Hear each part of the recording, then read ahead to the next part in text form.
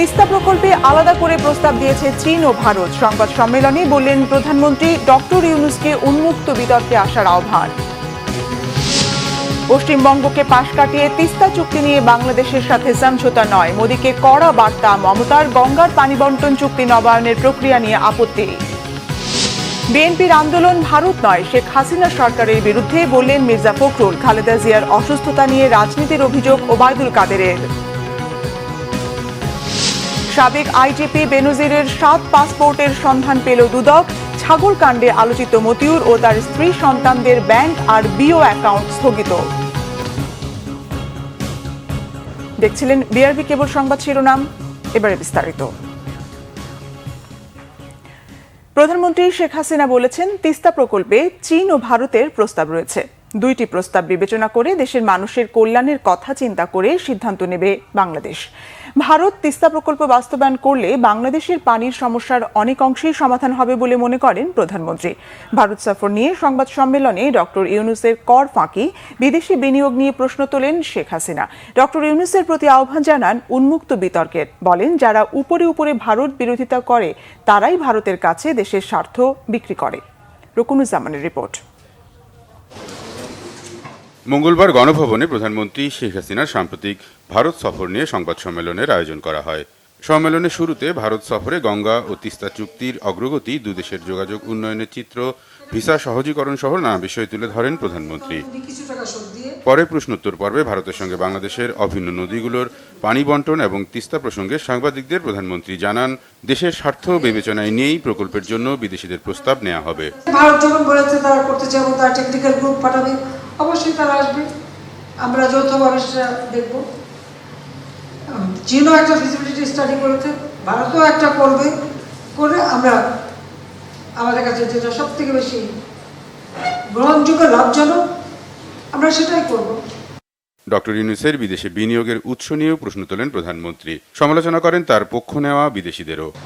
আবার লিখেছে ওখানে কি নোবেল প্রাইজের জন্য নাকি তার সাথে আমার সাথে কারো দ্বন্দ্ব নেই, আর আমি জীবনেও নোবেল প্রাইজের জন্য আমার কোনো আকাঙ্ক্ষাও নেই। আর এই পুরস্কার আমি দেখেছি, এটা আন্তর্জাতিকভাবে যারা পায় এখানে কোনো তাদের কতটুকু অবদান সেটা নয়, এখানে আলাদা একটা রাজনৈতিক একটা উদ্দেশ্য থাকে, কাজে ওর মধ্যে আমার কোনো আকাঙ্ক্ষা নেই। আরেকটা প্রশ্ন আমি কখনো কিছু বলিনি পর্যন্ত, এই যে বিদেশে এত বিনিয়োগ করে বেরিয়েছে, টাকাটা কোথেকে আসছে, কার টাকা, কিভাবে কামাই করেছে এই টাকাটা, এটা বিনিয়োগ কিভাবে হলো, সে প্রশ্নটা কি কেউ করেছে কখনো? ওরা আমার জেলাসি করার কি আছে? সে আসুক না, মাঠে আসুক, চলুক আমার সাথে, আমেরিকা গেলে চায় না, চলুক না, আসুক, কথা বলবো। সব থেকে বেশি আজকে আর্থিক সুবিধা দিয়ে সবকিছু পেয়েছে তো আমার হাত থেকে। দেশ বিক্রি যে অভিযোগ করছে বিরোধী নেতারা, তার জবাবও দেন সরকার প্রধান। যারা কথা বলে যে বিক্রি হয়ে যাবে, এবার বিক্রিটা হয় কিভাবে, সেটাই তো আমার প্রশ্ন। আসলে যারা এটা বলে তারা নিজেই ভারতের কাছে বিক্রি করা। কারণ আমরা তো দেখেছি যখন মিলিটারি ডিক্টেটর এসেছে, জিয়া, এরশাদ, খালেদা জিয়া উপরতে ভারত বিরোধী কথা বলেছে, আর ভারতের যে তাদের পা ধরে বসে থেকেছে। এগুলো আমার নিজের দেখা জানা।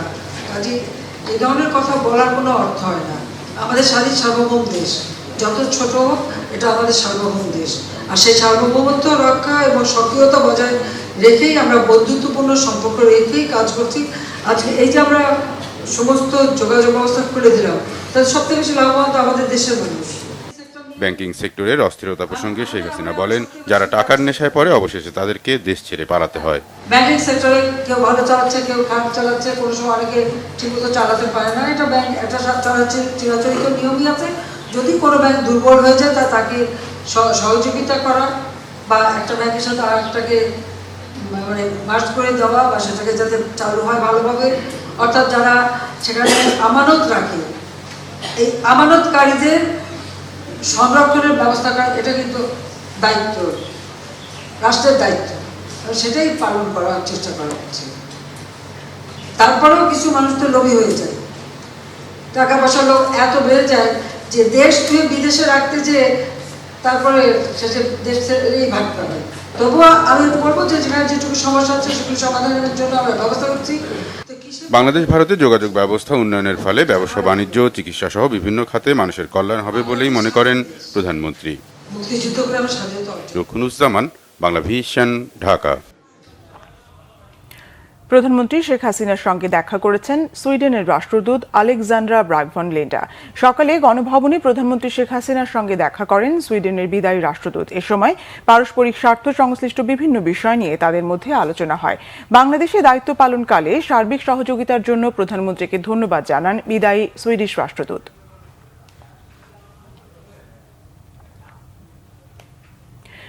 আবারও হুমকিতে তিস্তার পানি বন্টন চুক্তি। এবারও বাধা পশ্চিমবঙ্গের মুখ্যমন্ত্রী মমতা বন্দ্যোপাধ্যায়ের।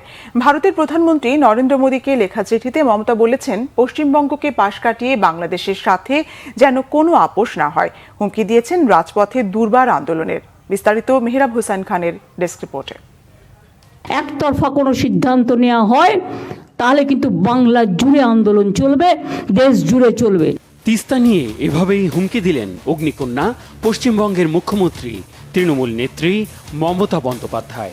আগেও তিস্তা চুক্তি ঠেকিয়ে দেওয়ার বাস্তব নজির রেখেছেন।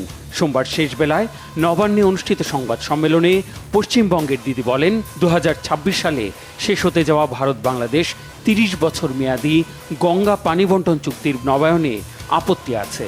সমালোচনা করেছেন বাংলাদেশে চীনের সহায়তায় বাঁধ নির্মাণের। তিস্তায় 14টা হাইডেল পাওয়ার হচ্ছে, তখন চোখে দেখেনি। ফরাক্কানি আবার চুক্তি রিনিউ হচ্ছে, আমাদের জানালো না। আগে এগুলো নিয়ে ট্রাইপার্টাইট মিটিং হচ্ছে, বাংলাকে টোটাল বাদ দিয়ে। জলের আরেক নাম জীবন। ওরা জানে না উত্তরবঙ্গের একটা মানুষ আগামী দিন পানীয় জল পাবে না, এবং জল নেই তিস্তায়।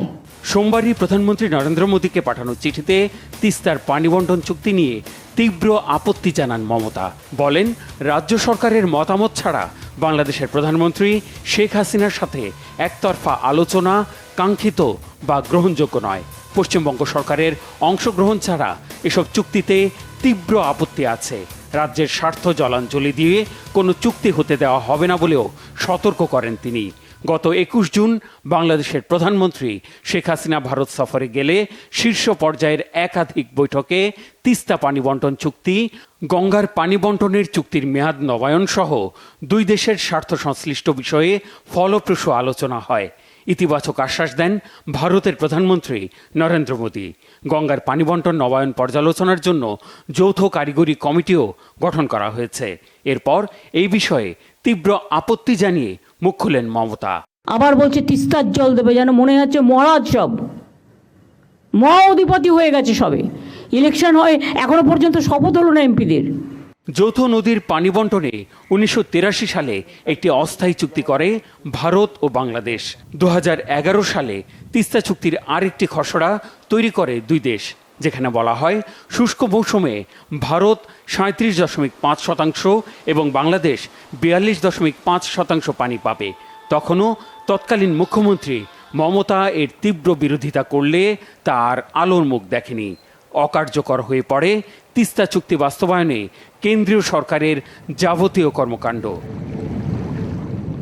Mehrab Hossain Khan, Bangla vision, news desk. BNP মহাসচিব মির্জা ফখরুল ইসলাম আলমগীর বলেছেন, দেশের স্বার্থ রক্ষা করেই ভারতের সাথে কানেক্টিভিটি করতে হবে। ভারতের সঙ্গে রেল চুক্তিতে দেশের স্বার্থ কোথায়, প্রশ্ন তার। মির্জা ফখরুল বলেন, এই সরকার বাংলাদেশ বিরোধী সরকার। আহমেদ সরারের রিপোর্ট। চিকেন নেক থেকে বাদ দিয়ে এই বাংলাদেশের ভেতর দিয়ে আপনার করিডোর তৈরি করা, এটা বাংলাদেশের লাভ কি, কোথায়?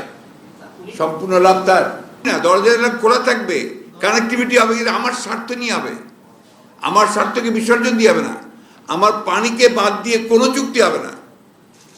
আপনি পানির ব্যাপারে কিছুই করছেন না, সীমান্তে লোক হত্যা করে মারছেন, মারছে তারা। আপনি কি বলেছেন? কয়টা কথা? এর মধ্যে একটা কথা আছে সীমান্ত হত্যার ব্যাপারে এই চুক্তিতে? একটাও নেই। তো এখানে আপনি কি বলবেন? আমার প্রশ্ন হচ্ছে যে প্যাট্রিয়ট, যে দেশপ্রেমিক মানুষ, সে তার নিজের স্বার্থটা আগে দেখবে, দেশের। এবং সেখানে উনি নিজেই বলেছেন যে আমি সব কিছু উজাড় করে দিয়ে দিয়েছি, মনে নেই আপনাদের? বলেছেন তো। তো ওই উজাড় করে দিয়ে তো উনি রেজাল্ট পাচ্ছেন। এবারও সব উজাড় করে দিয়ে এসেছেন, আবার রেজাল্ট পাবেন। এভাবেই ভারত সফর নিয়ে করা সংবাদ সম্মেলনে প্রধানমন্ত্রীর বক্তব্যের সমালোচনা করলেন বিএনপি মহাসচিব। দলের স্থায়ী কমিটির সিদ্ধান্ত জানাতে গুলশানে দলের চেয়ারপারসনের কার্যালয়ে মঙ্গলবার সংবাদ সম্মেলনে মির্জা ফখরুল বলেন, দেশের স্বার্থ রক্ষায় ব্যর্থ সরকার। দিল্লির সাথে করা সমঝোতা ও চুক্তি প্রত্যাখ্যান করে বলেন, বিএনপি আন্দোলন ভারতের বিরুদ্ধে নয়, সরকারের বিরুদ্ধে। আমাদের একটা কথা খুব পরিষ্কার করি, এটা কিন্তু আমাদেরই বক্তব্য, আমাদের এই আন্দোলন বা এটা আমাদের ভারতের বিরুদ্ধে নয়, এটা এই সরকারের বিরুদ্ধে। সরকার সম্পূর্ণভাবে ব্যর্থ হচ্ছে ভারতকে কনভিন্স করতে বা তার কাছ থেকে দাবিগুলো আদায় করে নিয়ে আসতে। আমার পানির হিস্সা না করেই সে আপনার চুক্তি সই করতে যাচ্ছে। পরিষ্কার করে আজকে তো মমতা বলে দিয়েছে যে আমাকে বাদ দিয়ে, পশ্চিমবাংলাকে বাদ দিয়ে এটা করা যাবে না, তারা দেবে না।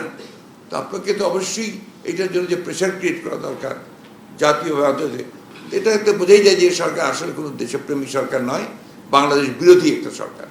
বেগম খালেদা জিয়ার শারীরিক অবস্থার গুরুতর অবনতি হয়েছে জানিয়ে তার রোগ মুক্তির জন্য দোয়া কামনা করে বিএনপি মহাসচিব বলেন, ক্ষমতা দীর্ঘস্থায়ী করতে হত্যার উদ্দেশ্যেই বেগম খালেদা জিয়াকে বিদেশে চিকিৎসার সুযোগ দিচ্ছে না অবৈধ সরকার। তাকে বাইরে পাঠানোর জন্য সব ব্যবস্থা হয়ে গিয়েছিল, প্রায় তার পরিবারের আপনার আবেদনক্রমে। ফাইনালি যখন এটা প্রধানমন্ত্রীর কাছে গেছে, প্রধানমন্ত্রী এটাকে রিজেক্ট করেছেন। শুধু এটা নয়, আমরা বিভিন্ন মিশনগুলোকেও কাছে আমরা চিঠি দিয়েছিলাম, তারা চেষ্টা করেছে, তারা বারবার চেষ্টা করে ফেরত এসছে। তারা বলেছে you are sorry, we are undone. উনি শুনবেন না, হি ইজ ভেরি ভিন্ডিকটিভ, একদম এই উচ্চারণটা করেছে। সকাল পর্যন্ত যতটুকু জানি আমি, তিনি ক্যাবিনেট শিফট করা হয়েছে কালকে তাকে, এবং তাও করার কথা না, কিন্তু তিনি আপনার ওই সিসিইউতে ব্যক্তিগতভাবে তিনি কিছুতে অ্যাডজাস্ট করতে পারেন না, যে কারণে সিসিইউ ফেসিলিটিসগুলো ক্যাবিনেট শিফট করা হয়েছে এবং সেখানে সেইভাবে তিনি স্টেবল আছেন এখন পর্যন্ত। গত এক মাসে হঠাৎ বেড়ে যাওয়া ওষুধ সহ নিত্যপণ্যের দাম কমানোর দাবি জানান Mirza Fakhrul. Ahmed Sarwar, Bangla vision, Dhaka. BNP chairperson Khaleda জিয়াকে সরকার কেন হত্যা করতে যাবে এমন প্রশ্ন রেখেছেন সড়ক পরিবহন ও সেতুমন্ত্রী ওবায়দুল কাদের। তিনি বলেন, প্রধানমন্ত্রী শেখ হাসিনার দয়ায় তাকে বাসায় থেকে চিকিৎসার সুযোগ দেওয়া হচ্ছে, বরং বিএনপি বেগম জিয়ার অসুস্থতা নিয়ে রাজনীতি করছে বলে মন্তব্য তার। সেতু ভবনে ব্রিফিংয়ে ওবায়দুল কাদের জানান, পদ্মা সেতু নির্মাণে সাশ্রয় হয়েছে প্রায় ১৫০০ কোটি টাকা। রিপোর্ট সৈয়দ আব্দুল মুহিতের। ঠিক ২ বছর আগে উদ্বোধন হয়েছে বহুল প্রত্যাশার পদ্মা বহুমুখী সেতু। মাওয়ায় প্রধানমন্ত্রী শেখ হাসিনা আনুষ্ঠানিকভাবে ৬.১৫ কিলোমিটার দীর্ঘ এই সেতুর উদ্বোধন করেন। ২ বছর পূর্তি উপলক্ষে মঙ্গলবার সেতু ভবনে সড়ক পরিবহন ও সেতুমন্ত্রী ওবায়দুল কাদেরের সভাপতিত্বে বোর্ড সভা করে সেতু কর্তৃপক্ষ। পরে আনুষ্ঠানিক ব্রিফিংয়ে মন্ত্রী জানান, পদ্মা সেতুতে এ পর্যন্ত টোল আদায় হয়েছে ১,৬৪৮ কোটি টাকা, যার কিস্তি হিসেবে অর্থ বিভাগকে ৬ কিস্তিতে দেয়া হয়েছে ৯৪৮ কোটি টাকা। ওবায়দুল কাদের জানান, আগামী ২৭ জুন আরও ২ কিস্তির টাকা প্রধানমন্ত্রীর উপস্থিতিতে পরিশোধ করা হবে। ৩২,৬০৫ কোটি টাকা আমাদের নির্মাণ, এর মধ্যে ১৫০০ কোটি টাকা আমরা সাশ্রয় করতে পেরেছি। এলিভেটেড এক্সপ্রেস ওয়ে নিয়ে ২ ঠিকাদারের দ্বন্দ্বের শিগগিরই সমাধানের আশার কথাও বলেন ওবায়দুল কাদের। বিএনপি চেয়ারপারসনের অসুস্থতা নিয়ে এক প্রশ্নের জবাবও দেন তিনি। বেগম জিয়ার জন্য কথা বললে আমাদের মনে হয় এটা হলো তার অসুস্থতা নিয়ে তারা রাজনীতি করছে। লিগ্যাল ব্যাটেলেও তারা সফল হন এবং আন্দোলনেও তারা বেগম জিয়ার জন্য বাস্তবে কিছুই করতে পারেন। বাইরে থেকে চিকিৎসা নেওয়ার এবং জেলের বাইরে থাকার যে সুযোগ, এটা প্রধানমন্ত্রী শেখ হাসিনার মানবিকতা ও উদারতার কারণে সম্ভব হয়েছে। তাকে কেন আমরা হত্যা করব? আওয়ামী লীগ সাধারণ সম্পাদক বলেন, ক্ষমতা থেকে ভারত সফরে গিয়েও গঙ্গা ও তিস্তা চুক্তি করতে পারেনি বিএনপি। তাদের মুখে এমন কথা মানায় না। সৈয়দ আব্দুল মুহিত, বাংলা ভিশন, ঢাকা। পুলিশের আলোচিত সাবেক মহাপরিদর্শক বেনজির আহমেদের পাসপোর্ট জালিয়াতির অভিযোগে পাসপোর্ট অধিদপ্তরের ৮ কর্মকর্তাকে জিজ্ঞাসাবাদ করেছে দুর্নীতি দমন কমিশন দুদক। সকালে দুদকের প্রধান কার্যালয়ে তাদের জিজ্ঞাসাবাদ করা হয়। জিজ্ঞাসাবাদে বেনজির আহমেদের 7টি পাসপোর্টের সন্ধান পায় দুদক। এর আগে গত 13 জুন চিঠি দিয়ে আজ দুদকে হাজির হতে বলা হয় তাদের। বেসরকারি চাকরিজীবী পরিচয়ে সাধারণ পাসপোর্ট তৈরি করেছেন সাবেক পুলিশ মহাপরিদর্শক বেনজির আহমেদ, কিন্তু নবায়নের সময় ধরা পড়লে আটকে দেয় পাসপোর্ট দপ্তর। চিঠি দেওয়া হয় র্যাব সদর দপ্তরে, কিন্তু বেনজির আহমেদ প্রভাব খাটিয়ে ব্যবস্থা করেন সব। পাসপোর্ট অফিসে না গিয়ে নেন বিশেষ সুবিধা। এদিকে বেনজির আহমেদ এবং তার স্ত্রী ও 2 মেয়েকে দুদক থেকে 2 দফা তলব করা হলেও তারা সংস্থাটির ডাকে হাজির হননি। আইনজীবীর মাধ্যমে লিখিত বক্তব্য পাঠিয়েছেন তারা। ছাগলকাণ্ডে সমালোচিত এনবিআরের সদ্য সাবেক সদস্য মতিউর রহমান ও তার স্ত্রী সন্তানদের ব্যাংক হিসেব স্থগিতের নির্দেশ দিয়েছে Bangladesh financial intelligence unit BFIU। আগামী 30 দিনের মধ্যে মতিউর সহ তার স্ত্রী সন্তানদের 8টি ব্যাংক হিসেব স্থগিত করার এই নির্দেশনা দেওয়া হয়েছে। দুদকের নির্দেশনার পর আর্থিক খাতের এই গোয়েন্দা সংস্থাটি কাজ করছে। আগামী 5 কার্যদিবসের মধ্যে এসব ব্যাংক হিসেব খোলার ফর্ম, KYC, লেনদেন বিবরণী ইত্যাদি তথ্য সহ সরবরাহের জন্য নির্দেশ দিয়েছে BFIU। আর্থিক খাতের গোয়েন্দা সংস্থাটির পাঠানো এই সংক্রান্ত চিঠি দেশের সব শেয়ার বাজার মধ্যস্থতাকারী প্রতিষ্ঠান ও মোবাইল ফাইন্যান্সিয়াল সার্ভিসের শীর্ষ কর্মকর্তাদের পাঠানো হয়েছে। ছাগলকাণ্ডের পর মতিউর রহমানকে কাস্টমস, এক্সাইজ ও ভ্যাট অ্যাপিলেট ট্রাইব্যুনালের প্রেসিডেন্ট পদ থেকে সরিয়ে দেওয়া হয়েছে। তাকে সরানো হয়েছে সোনালী ব্যাংকের পরিচালক পদ থেকেও। এদিকে মতিউর, তার প্রথম স্ত্রী লায়লা কানিজ ও ছেলে আহমদ তৌফিকুর রহমানের বিদেশ যাত্রায় নিষেধাজ্ঞা দিয়েছে আদালত। দুর্নীতির বিরুদ্ধে শুদ্ধি অভিযান পরিচালনা খুবই জরুরি বলে মনে করেন সমাজ ও অপরাধ বিশেষজ্ঞ এবং মানবাধিকার কর্মীরা। এক্ষেত্রে সরকারি বেসরকারি কর্মকর্তা কর্মচারীর পাশাপাশি রাজনীতিবিদদের বিরুদ্ধে চালাতে হবে অভিযান। দুর্নীতির দায় শুধু ব্যক্তির নয়, তার নিয়োগদাতা এবং তদারকি কর্মকর্তাও দায়ী বলে মত তাদের। বিস্তারিত জানাচ্ছেন জিয়া খান। সরকারের বিভিন্ন আমলা ও বাহিনীর ঊর্ধ্বতন কর্মকর্তাদের দুর্নীতি সাম্প্রতিক সময়ে টক অব দ্য কান্ট্রি। জাতীয় রাজস্ব বোর্ডের সাবেক সদস্য মতিউর রহমান, পুলিশের সাবেক আইজিপি বেনজির আহমেদ সহ অনেকের দখলে হাজার বিঘা জমি, প্লট, ফ্ল্যাট এবং ব্যাংকে রাখা কোটি কোটি টাকার তথ্যে সরকার যেমন বিব্রত, তেমনি নানা প্রশ্ন সাধারণ মানুষের। দুর্নীতির এই দায় শুধু ব্যক্তির নয় বলে অভিমত সমাজ বিশেষজ্ঞ ও মানবাধিকার কর্মীদের। এই আমলা কামলাদের তারা এমন ছাড় দিয়েছে যে এই আমলা কামলারা এখন দেশের এক একজন রাজা হয়ে যাচ্ছে। ওই ব্যক্তিদের দেখভাল করার জন্য, সুপারভাইজ করার জন্য তার কিন্তু ঊর্ধ্বতন কর্তৃপক্ষ রয়েছে। ধরেন সচিবরা, মানে একজন বাহিনী প্রধানের উপরে সচিব আছেন, তার উপরে মন্ত্রী আছেন, প্রতিমন্ত্রী আছেন, মন্ত্রী আছেন, প্রধানমন্ত্রী আছেন। দুর্ভাগ্যজনক হচ্ছে যে দায়টা আমরা শুধু ব্যক্তির ঘাড়ে দিয়ে অন্য যারা তারা কিন্তু পার পেয়ে যাওয়ার একটা চেষ্টা করছি। যারা নীতি নির্ধারণী পর্যায়ে কাজ করেন তাদেরই কিন্তু দুর্নীতি করার সুযোগটা অপেক্ষাকৃত বেশি। আবার নিচের দিকের যারা রয়েছেন তারা সেই দুর্নীতির সহযোগী ব্যক্তি। তো এখানে সবাইকেই আসলে একটা মনিটরিংয়ের মধ্যে যদি রাখা যেত, সেটা কিন্তু কাঠামোগতভাবে আমাদের ব্যবস্থাটাই কিন্তু এটি। সামগ্রিকভাবে শুদ্ধি অভিযান দরকার বলে মনে করেন মানবাধিকার ব্যক্তিত্ব নূর খান। যে পরিমাণ দুর্নীতি হয়েছে বলে আমাদের ধারণা, তাতে এটি একেবারেই ক্ষুদ্র অংশ, 0.001 অংশ হতে পারে। এটি আরও অনেক দূর যাওয়া দরকার। মাননীয় প্রধানমন্ত্রীর এখন উচিত একটা শুদ্ধি অভিযান শুধুমাত্র আমলা কামলার উপর না, রাজনৈতিক দলের উপরও চালানো দরকার। দুর্নীতি নিয়ে সাধারণ মানুষের নানা প্রশ্নের উত্তর সরকারকেই দিতে হবে, অভিমত এই অপরাধ ও সমাজ বিশেষজ্ঞের। রাষ্ট্রীয় ক্ষমতায় থেকে অথবা এর বাইরে থেকে যেই ক্ষমতার অপব্যবহার করবে, অন্যায় করে বা এক ধরনের নেতিবাচক প্রভাব তৈরি করে অন্যের সম্পদ ভয় দেখিয়ে নিজের নামে নিয়ে আসা, অথবা রাষ্ট্রীয় যে কাঠামোগত সুযোগ সুবিধা রয়েছে সেগুলোর অপব্যবহার করে তিনি অঢেল সম্পদের মালিক হওয়া, এই ব্যাপারগুলোর ক্ষেত্রে একটা শুদ্ধ অভিযানটা প্রয়োজন। শুধু যার নাম আসলো গণমাধ্যমের উপরে নির্ভর করেই যদি শুদ্ধ অভিযানের সীমানা যদি নির্ধারণ করে সরকার চলতে চায়, সেটাও কিন্তু কোনো দিক থেকে ভালো হবে না। দুর্নীতি ব্যাধির নিরাময়ে সরকার ব্যর্থ হলে সামনে কঠিন পরিস্থিতি মোকাবেলা করতে হবে রাষ্ট্রকে। 30 বা 40 বছর আগে। জিয়া খান, বাংলা ভিশন, ঢাকা। যারা দামি গাড়ি বাড়ি ও স্বর্ণালংকার কিনছেন তাদের সম্পদের উৎস খতিয়ে দেখার আহ্বান জানিয়েছেন আওয়ামী লীগের যুগ্ম সাধারণ সম্পাদক এবং কুষ্টিয়া ৩ আসনের সংসদ সদস্য মাহবুবুল আলম হানিফ। মঙ্গলবার সংসদে বাজেট আলোচনায় তিনি সরকারি কর্মকর্তা কর্মচারীদের সম্পদের পরিমাণ হলফনামা জমা বাধ্যতামূলক করার দাবি জানিয়েছেন।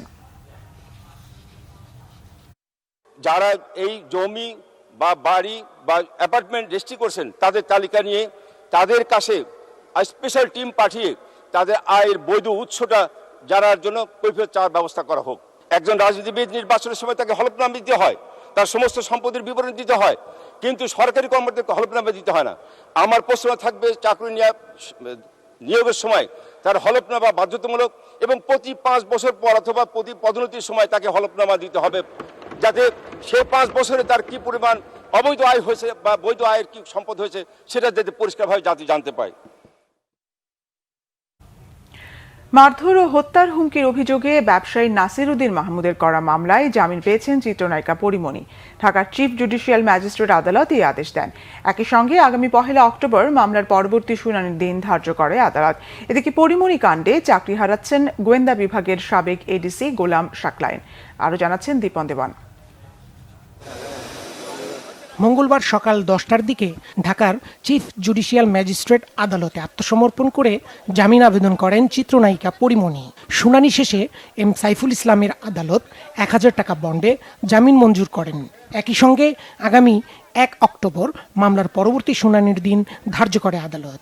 এর আগে গত 18 এপ্রিল পিবিআই এর দেয়া তদন্ত প্রতিবেদন গ্রহণ করে আদালত। একই সঙ্গে পরিমণি ও তার কস্টিউম ডিজাইনার জুনায়েদ বগদাদি জিমিকে সশরীরে আদালতে হাজির হতে সমন জারি করেছিল।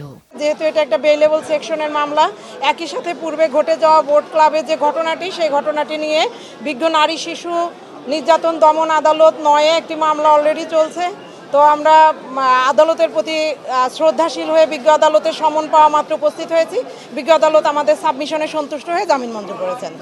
2021 সালের 6 জুলাই উত্তরা বোট ক্লাবের তৎকালীন সভাপতি ও ব্যবসায়ী নাসির মাহমুদ মারধর ও ভয় ভীতি দেখানোর অভিযোগে আদালতে পরিমণি সহ 3 জনের বিরুদ্ধে মামলা করেছিলেন। আমরা বলেছি যে এখানে 1 নং আসামি উনি এখন বর্তমানে একজন মা, উনি একজন নারী, ওনার প্রতি সম্মান দেখে আমরা বলেছি আমাদের জামিনে কোনো আপত্তি নেই। বিজ্ঞ আদালত আইনানুগভাবে জামিন দেন, এক্ষেত্রে আমাদের বাদীদের কোনো আপত্তি নেই। তো বিজ্ঞ আদালত সার্বিক বিবেচনা ওনাদের 2 জনেরই জামিন মঞ্জুর করেছেন। আমি দৃঢ়ভাবে বিশ্বাস করি যে এটার একটা সঠিক বিচার আমি পাবো এবং আমার বিরুদ্ধে যে অন্যায় করা হয়েছে, মিথ্যা প্রচার করা হয়েছে, এটা সত্যতা মিলবে। এদিকে পরিমণির বিরুদ্ধে তদন্ত চলাকালে গোয়েন্দা বিভাগের তৎকালীন এডিসি গোলাম শাকলাইনের অনৈতিক সম্পর্কের প্রমাণ পাওয়ায় তাকে বাধ্যতামূলক অবসরে পাঠানোর প্রাথমিক সিদ্ধান্ত নিয়েছে স্বরাষ্ট্র মন্ত্রণালয়। এ বিষয়ে পিএসসির মতামত চেয়েছে মন্ত্রণালয়। দীপন দেওয়ান, বাংলা ভিশন, ঢাকা। প্রধান বিচারপতি ওবায়দুল হাসান বলেছেন, সামাজিকভাবে সচেতনতা বাড়লে তুচ্ছ ঘটনা নিয়ে মামলা কমে যাবে।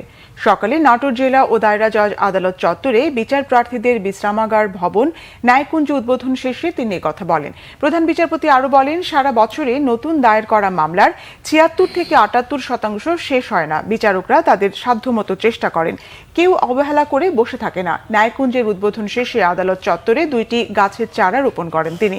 ওবায়দুল হাসান আরও বলেন, বিচার প্রার্থীদের আধুনিক নাগরিক সুবিধা সম্বলিত নিরাপদ অবস্থান নিশ্চিত করতে প্রত্যেক জেলার আদালত ভবনের সাথে ন্যায়কুঞ্জ নির্মাণের উদ্যোগ নেওয়া হয়েছে। মামলা দায়ের বন্ধ না হয় তাহলে মামলা করবে, সামাজিকভাবে আমরা আমাদের সচেতনতা না বাড়াই, ঘটনা নিয়ে সাধারণ ঘটনা নিয়ে আমরা মামলা করব।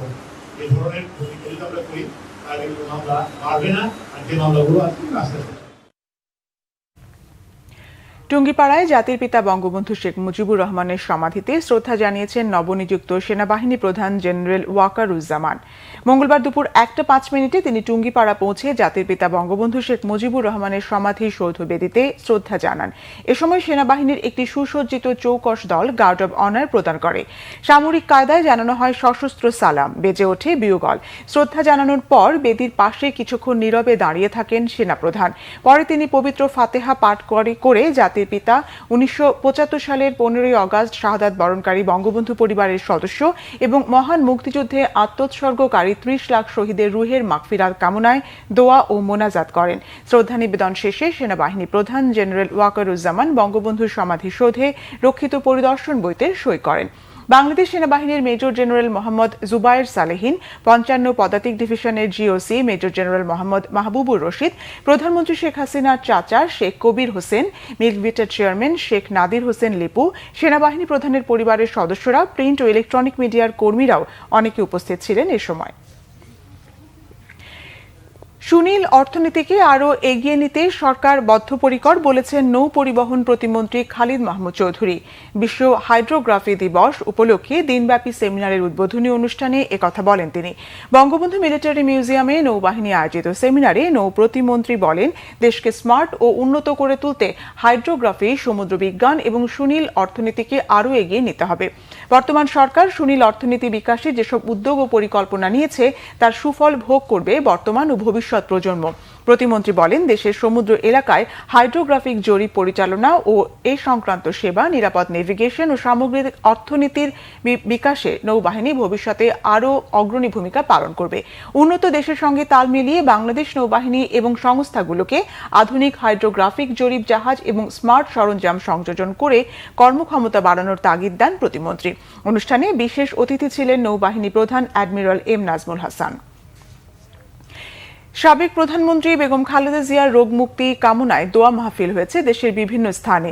সাবেক রাষ্ট্রপতি জিয়াউর রহমানের রুহের মাগফিরাত এবং দেশনেত্রী বেগম খালেদা জিয়ার রোগ মুক্তি কামনায় টঙ্গীতে আলোচনা সভা, দোয়া ও মিলাদ মাহফিল হয়েছে। চেরাগালী এলাকায় গাজীপুর মহানগর বিএনপির সাবেক যুগ্ম আহ্বায়ক রাকিব উদ্দিন সরকার পাপ্পুর উদ্যোগে এই কর্মসূচি পালন হয়। এদিকে মানিকগঞ্জে বিএনপি চেয়ারপারসন বেগম খালেদা জিয়ার রোগ মুক্তি কামনায় জেলা যুব দলের উদ্যোগে দলীয় কার্যালয়ে বিশেষ দোয়া মাহফিল হয়েছে। টাঙ্গাইল শহরের পুরাতন বাস স্ট্যান্ড এলাকায় দোয়া ও মিলাদ মাহফিলের আয়োজন করে জেলা যুবদল। বক্তারা বলেন, সবার দাবি উপেক্ষা করে একজন ব্যক্তির প্রতিহিংসা বাস্তবায়ন করতে বেগম জিয়ার উন্নত চিকিৎসাকে বাধাগ্রস্ত করা হচ্ছে। ভারতের সাহায্যে ক্ষমতায় টিকে থাকার কারণেই সরকার কূটনৈতিক দর কষাকষির ক্ষমতা হারিয়ে ফেলেছে বলেছেন বিপ্লবী ওয়ার্কার্স পার্টির সাধারণ সম্পাদক সাইফুল হক। এক সংবাদ সম্মেলনে তিনি একথা বলেন। সাইফুল হক বলেন, সরকারের ভারত তোষণ নীতির কারণে তিস্তা সহ অভিন্ন নদীর পানি চুক্তি, সীমান্তে হত্যাকাণ্ড বন্ধ, বাণিজ্যিক ভারসাম্য প্রতিষ্ঠা সহ বাংলাদেশের স্বার্থ সংশ্লিষ্ট ইস্যুগুলো দশকের পর দশক ঝুলে আছে। বাস্তবে এসব ইস্যু এখন টেবিলের নিচে। সরকার ও সরকারি দলের অবৈধ ও অনৈতিক ক্ষমতা ধরে রাখতে ভারতের উপর আওয়ামী লীগের নির্ভরতা বাড়ছে। দেশের জাতীয় স্বার্থ, জাতীয় নিরাপত্তা বিপন্ন হয়ে পড়ছে বলে মন্তব্য তার। প্রধানমন্ত্রীর ভারত সফরে সই হওয়া চুক্তি ও সমঝোতা স্মারকের বিস্তারিত প্রকাশের দাবিও জানায় বিপ্লবী ওয়ার্কার্স পার্টি।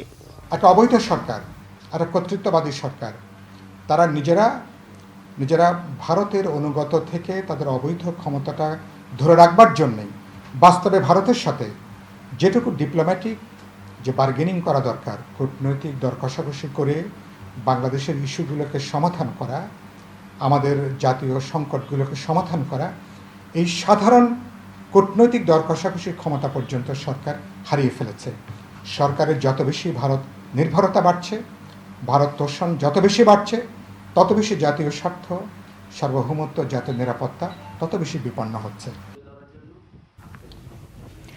চীনের কমিউনিস্ট পার্টির আন্তর্জাতিক বিষয়ক মন্ত্রী লি জিয়ানশাও বলেছেন, রোহিঙ্গা সমস্যার সমাধানে চীন তার ভূমিকা অবশ্যই পালন করবে। রাজধানীর একটি হোটেলে বাংলাদেশ চীন সম্পর্ক নিয়ে আয়োজিত সেমিনারে একথা বলেন তিনি। চীনা মন্ত্রী বলেন, রোহিঙ্গা সমস্যার অবশ্যই সমাধান হতে হবে।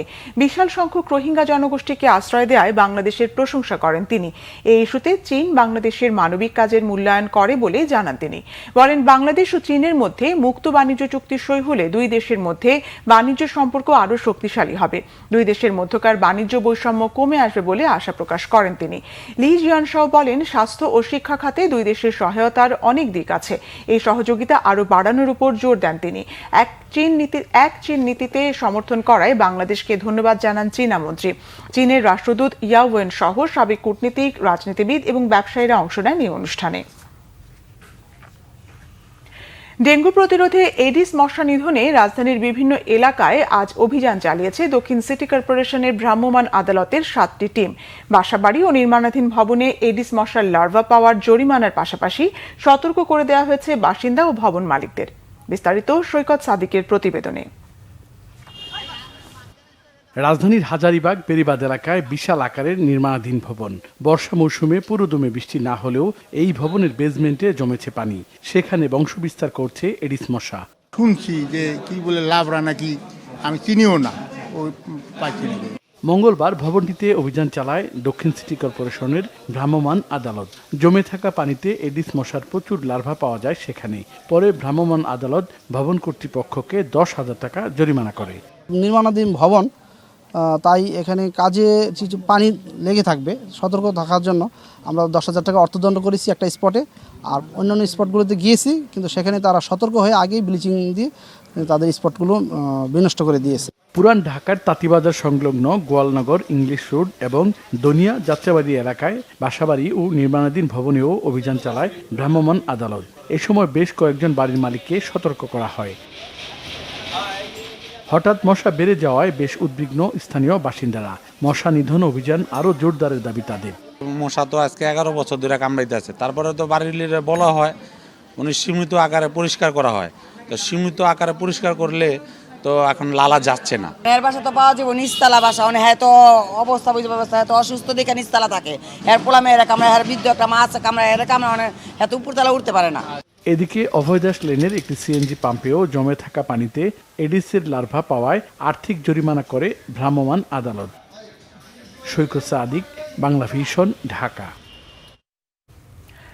বগুড়ায় আইএফআইসি ব্যাংকের টাকা চুরির ঘটনায় নগদ অর্থসহ 4 জনকে গ্রেফতার করেছে পুলিশ। দুপুরে এক সংবাদ সম্মেলনে পুলিশ জানায়, চুরি হওয়া 29 লাখ টাকার মধ্যে নগদ 10 লাখ টাকা ও একটি মোটরসাইকেল উদ্ধার করা হয়েছে।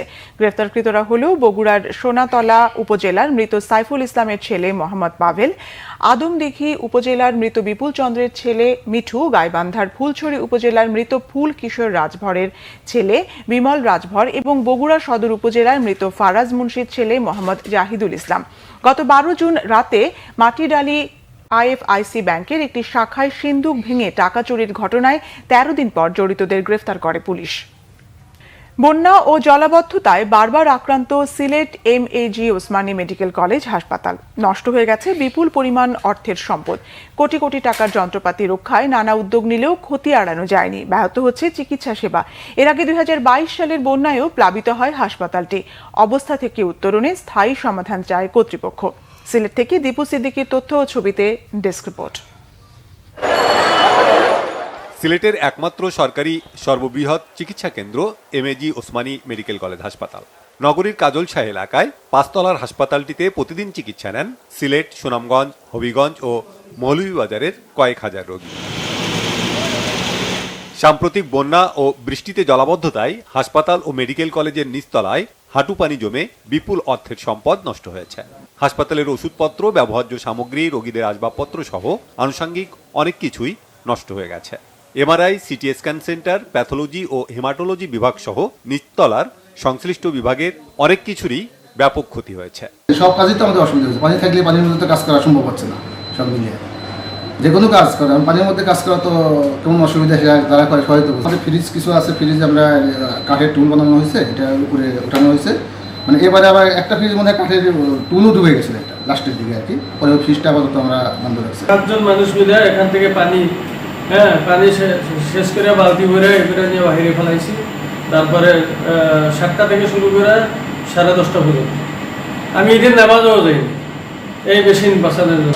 লিফট সব বন্ধ হয়ে গেছিল, লিফটে পানি ঢুকছিল, এখানে স্ক্যান হতে এখন বাচ্চা আছে উপরে।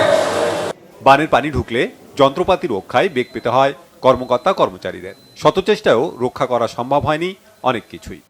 এবং আমরা চারিদিক দিয়ে আপনি দেখবেন যে ওয়াল করে আমরা একটা করেছি, যত রকমের পানির আউটলেট ছিল সব বন্ধ করেছি যাতে পানি না ঢুকে।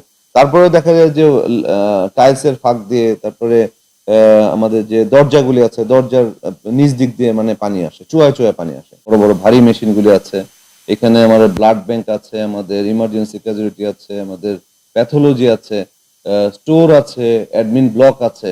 সব ডুবে যায় এবং তখন আমরা দেখেছিলাম যে প্রায় 75 লক্ষ টাকার জিনিসপত্র নষ্ট হয়। বাট আমরা সাথে সাথে আমরা মেজার নেওয়ার ফলে আমাদের কিন্তু বড় বড় মেশিন যেগুলি সবগুলি ডুবে যাওয়ার পরেও কিন্তু কোনো মেশিনই নষ্ট হয় না।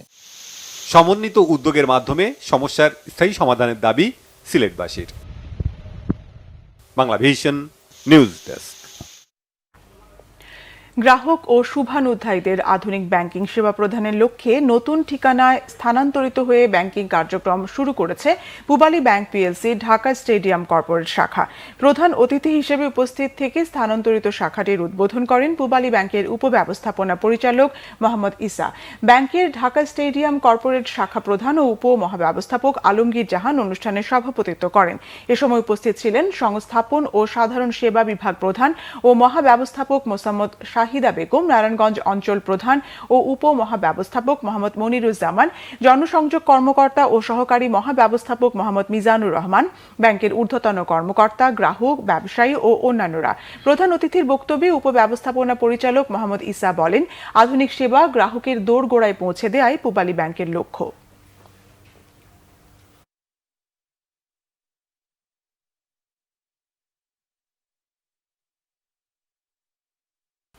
সংবাদ শেষ করব বিআরবি কেবল শিরোনামগুলো আরেকবার জানিয়ে।